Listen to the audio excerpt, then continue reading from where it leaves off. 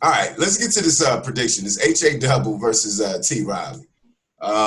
Hey, you know what? T Riley is I would say him, HA, Gutter. Now Gutter is really from Houston, right? Right. Okay, but okay. So that doesn't really count. But he often battles with the New Orleans guys. So Okay. I kind of threw him in there. But if we stay New Orleans, you got to be talking about Double M, HA Double, T Riley, in no random order are probably your three heavyweights out of that city. HA Double obviously already having a PG, has hit BET, so he's had quite a bit of notoriety. Stroh, on the other hand, T Riley, not that much notoriety, but definitely has bars. Talk to me about this matchup. Yeah, well, first off, don't forget to put Hemi in that mix. Very good with the wordplay. My bad, I forgot about him. Yeah, definitely gave HA a run for his money. That's what's up. In the shop. This matchup right here is probably one of the most difficult to call because it's the way that both of these dudes prepare is kind of like very intricate writtens. So you're gonna have T Riley coming with, hard hitting, almost like punchline rap. He's gonna be coming like Big K or B Magic. That's how he's gonna be dropping his bars. I say niggas need to forfeit. Bitch, I make that forfeit. Lift you like a forklift. You fool, watch my forklift. I end shit. Ain't one to start with. My line's too parallel. I ain't the one to cross with. Grab a genocide. Turn this bitch into Auschwitz. Value your life. I can tell you what your cost is. Penny for your thoughts, but my nickel in the talk quick. Now you in a pickle. Ain't a deal to cut you off with.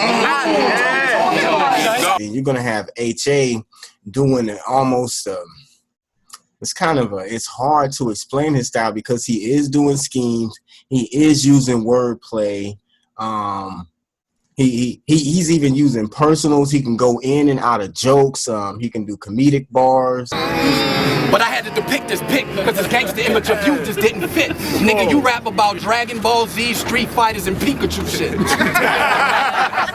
But you the nigga that niggas run and go get? No, you that nigga that teach niggas new moves like up, down, left, right, and crescent kick. But you the nigga running blocks? You the nigga with work when niggas won't cop? No, you that niggas don't want play cause you never punch, you just block. Nigga stop, send your block, we sending shots that chopper spitting out bullets the size of cement rocks. See what I meant? Let's rock. So where that fall at? I show you my format. So would you die for him when you see that hammer like Thor get to chopping like an axe? Nigga, that's your diaphragm and thorax. Yeah.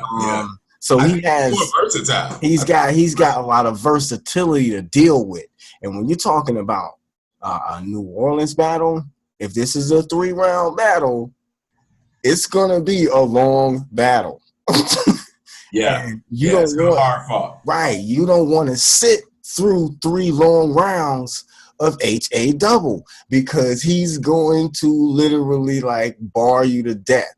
And he's gonna impress the crowd with his wordplay. So he's gonna be increasing the energy throughout the entire event, throughout the entire battle, and most likely he's gonna be creating a set of rounds that's gonna increase with intensity. So the third's probably gonna be climatic. So it's gonna be a difficult match for T Riley.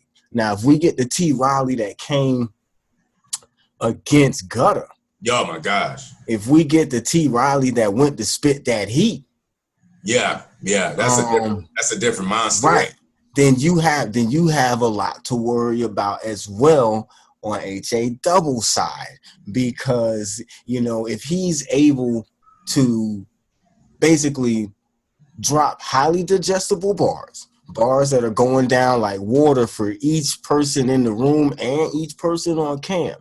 You know what I'm saying? For 3 heavy rounds, it could be very detrimental. And if he's able to somehow, I don't really like to give out tactics as far as battling goes, but if he's able to somehow delegitimize HA, if he's able to somehow turn his wordplay into a weakness of some sort, make a joke out of it, or, you know, basically make it seem uncool, then HA could be in trouble because he uses it a lot. So basically, if he can make a mockery of HA's style, then he stands a chance of weakening the intensity of HA double going out throughout all 3 rounds. And I think that's something, great point. I think that's something that HA double has to consider. Let's take an example like Chilla Jones. Chilla Jones, somebody we talked to, Chilla, how are you feeling? You kind of feel that you're overdoing it with the schemes. And then all of a sudden, if you watch Chilla Jones this year, he's definitely more punch heavy.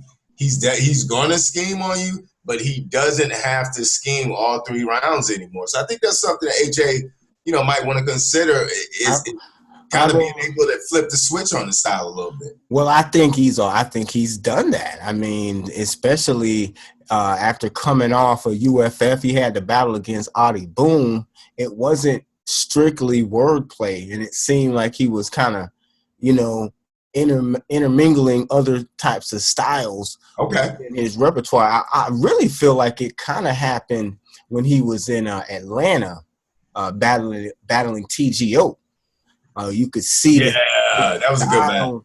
Was changing. He was utilizing different tactics throughout those battles. So I think he's already picked up on that. That's what's up. Well, my prediction, I'm going to, it's really a tough call because like I said, this is one of those inner city rivalries. It could go either way, but I've got to base it on just what I've seen from both guys. I'm going to edge this one to HA double. I'm going to go 2-1. Yeah, I mean, I agree with that. I'm not going to edge it, though. HA double does well in New Orleans. That's a fact. That's true. He did have a difficult time against Hemi, but he was almost unable to continue that round. He almost lost those bars, but he was able to pick it up. A lot of people wouldn't have been able to do that. They would have had to kind of freestyle or something. So I think it's not a fair look when you call that Hemi battle. But in New Orleans, HA does well, and I'm giving it to him. I'll give it 2-1. HA double, taking rounds 2 and 3. T. Riley starts off really strong. Every time he, does well in a battle, he starts off very well. His round 1 is always most likely one of his strongest. If he's able to identify that and kind of make sure his third is as strong as his first, he could be a serious threat to HA. But I got HA taking round 2 and 3. He writes well. And he's a concept writer for what that's how I like to look at it. Like he's putting together 3 rounds that equal one piece. So that second and third round are going to be heavy. It's going to be a difficult time for T. Riley in the rounds 2 and 3. So I don't think he's going to be able to surmount that. I think it's going to be the 2-1 HA double rounds 2 and 3. Absolutely. There it is. BattleScene.Net, Oplex. And the Battle Rap expert, Tech Master Stro, HA double versus T. Riley. We're going with HA 2-1. Tech Master Stro calling a specific. Riley taking round 1. HA taking rounds 2 and 3. Let's